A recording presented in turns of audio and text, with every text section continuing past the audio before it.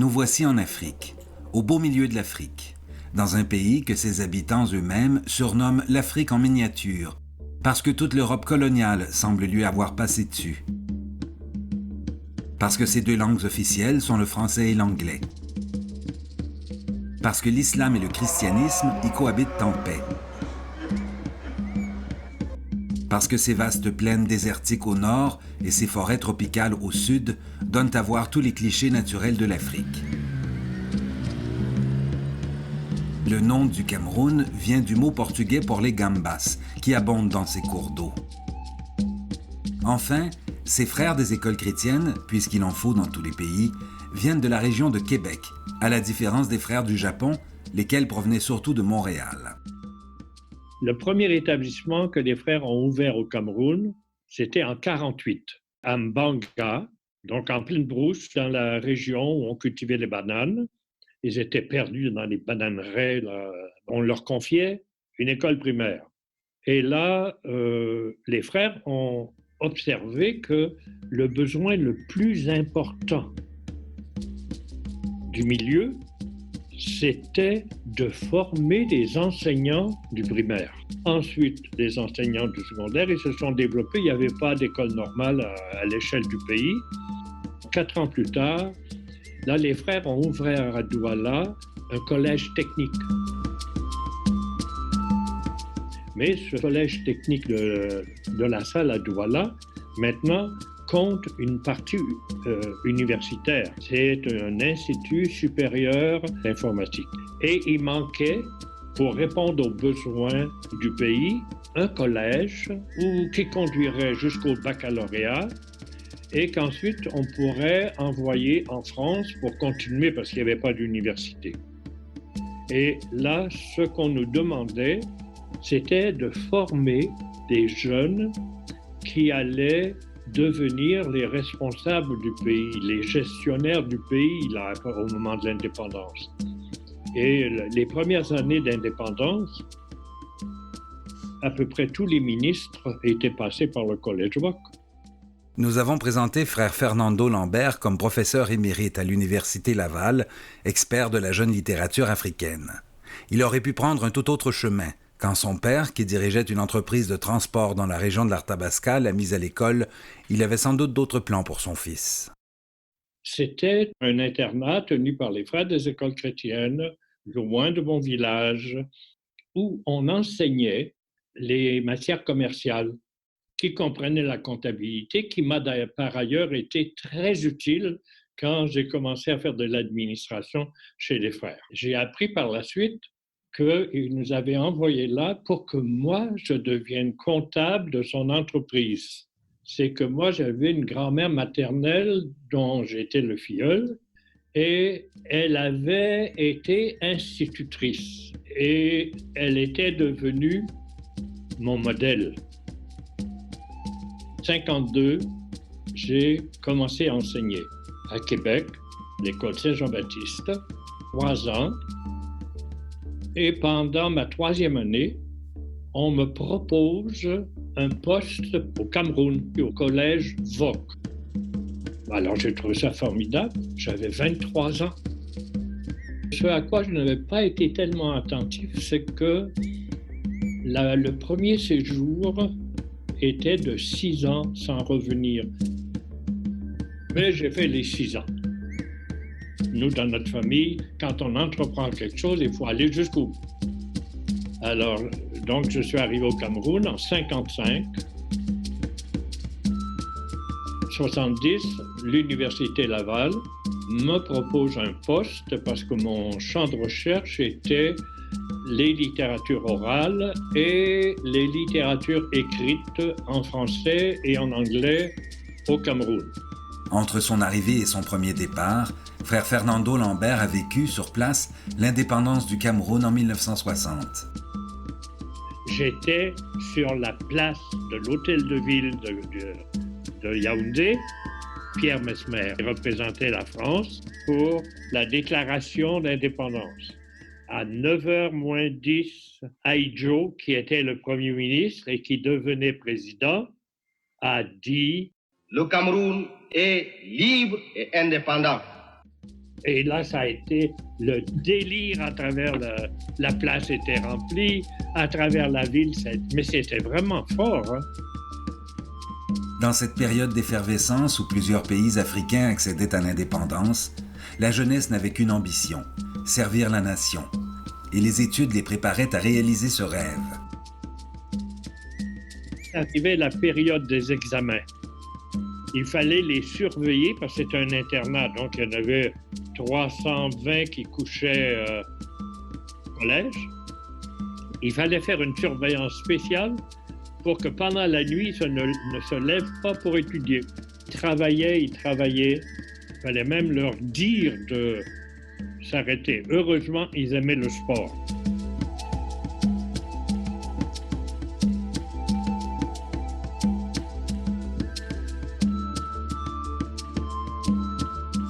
Le Cameroun a été une grande aventure pour les frères québécois des écoles chrétiennes. Il y a eu au moins 100 frères québécois qui sont passés comme enseignants à une de nos maisons là, au Cameroun. Moi, quand j'étais à Yaoundé, on était 64 frères canadiens, dans le nord, au centre et sur la côte. Mais on essayait toujours de répondre aux besoins du milieu. On avait des établissements répondant tellement aux besoins immédiats qu'on pouvait se promener à travers le pays. Je me souviens pendant les vacances, puisque les 6 premières années, on n'entrait pas au pays, au Canada. On partait avec le camion du collège. Sur la portière avant, il y avait « Collège VOC ». C'était notre carte d'entrée. Je peux entrer avec ça chez le sultan de Rebouba, au Cameroun, parce qu'à Collège VOC, il faut absolument venir saluer le sultan, puis tout ça. Par curiosité, on dit oui. Hein? Mais c'était connu jusque dans l'extrême nord. Mes dernières années au Cameroun, j'intervenais aussi à l'université. Je faisais partie du comité national d'éducation, donc chargé des programmes, et je voulais introduire des textes africains, soit Camaralai, qui était un Guinéen, L'Enfant Noir. Il y avait déjà suffisamment de production littéraire pour l'introduire, mais l'opposition qu'on avait, ça venait des professeurs camerounais. Ça a pris un certain temps à les convaincre qu'il fallait qu'ils connaissent leur propre littérature.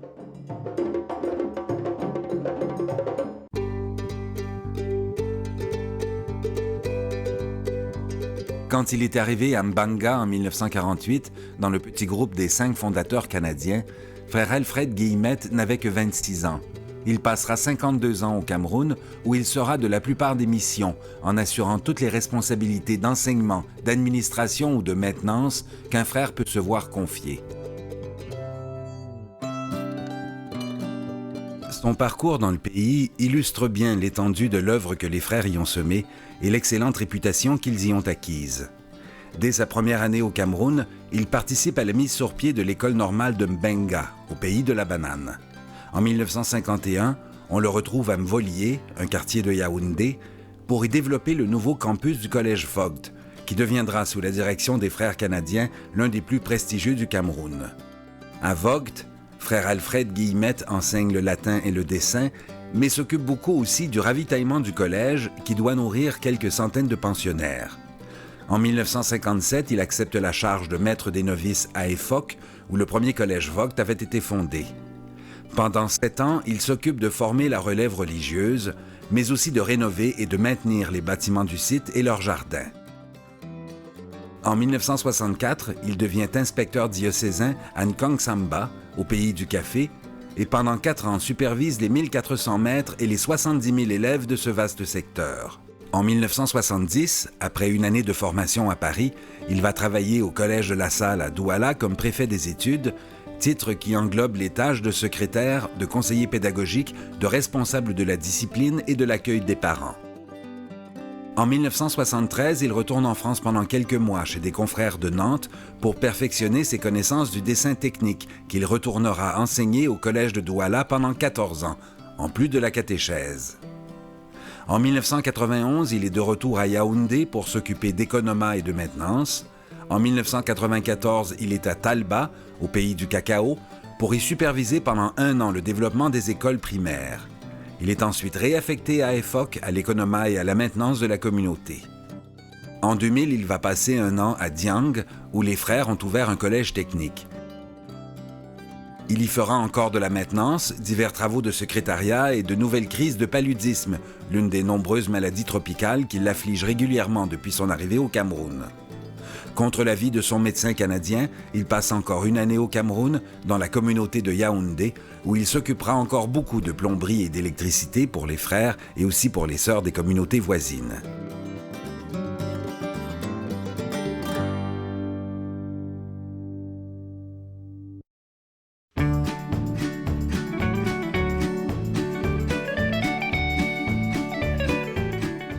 Pour avoir une idée de la marque laissée au Cameroun par les frères canadiens des écoles chrétiennes, multipliez par 139 ce récit de dévouement et de volonté.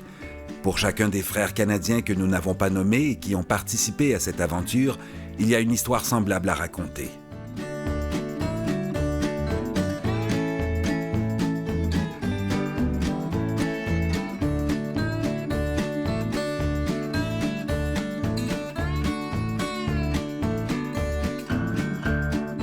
Frère Alfred Guillemette revint du Cameroun en 2002 à la veille de ses 80 ans pour un repos bien mérité qui ne durera guère.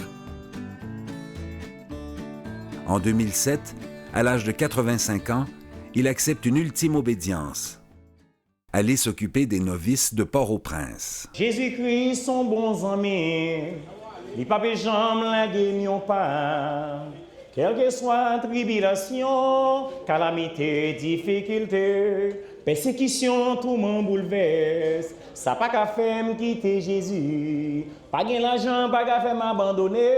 Non, non, non, non, pas jamais quitter. Il fait me dormir, il fait me lever. Il fait me sortir, il fait moi entrer. Pas jamais payer, bon Dieu, 5 robes. Dans la vie, moi, côté me passer.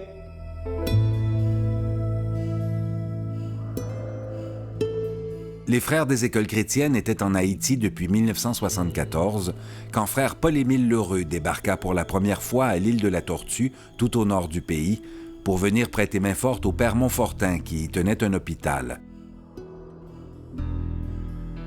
Il se verra confier des classes et d'autres confrères du Québec les rejoindront. Une vingtaine de frères, assez âgés pour la plupart, passeront ainsi plusieurs années en Haïti pour y répandre l'esprit de Saint Jean-Baptiste de La Salle.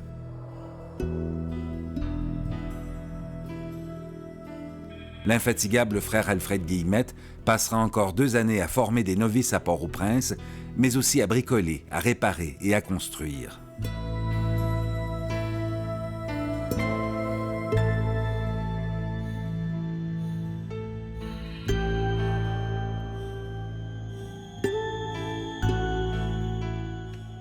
Alfred Guillemette, frère Meldas Isidore en religion, est mort à la résidence de La Salle de Laval le 11 juillet 2021, à l'âge de 98 ans, après 80 ans de vie religieuse, sachant tout faire et faisant tout, le bien surtout. Un ancien élève du collège technique à Douala rend hommage à son idole en le citant. « Mon plus grand diplôme, disait frère Alfred, c'est mon attestation de baptême que je présenterai un jour au Seigneur. » Honneur à Saint Jean-Baptiste de La Salle, qui inspire de tels personnages. Piga où j'aime décourager, quand Jésus pour lui sauver. Piga où j'aime désespérer, quand Jésus pour lui sauver.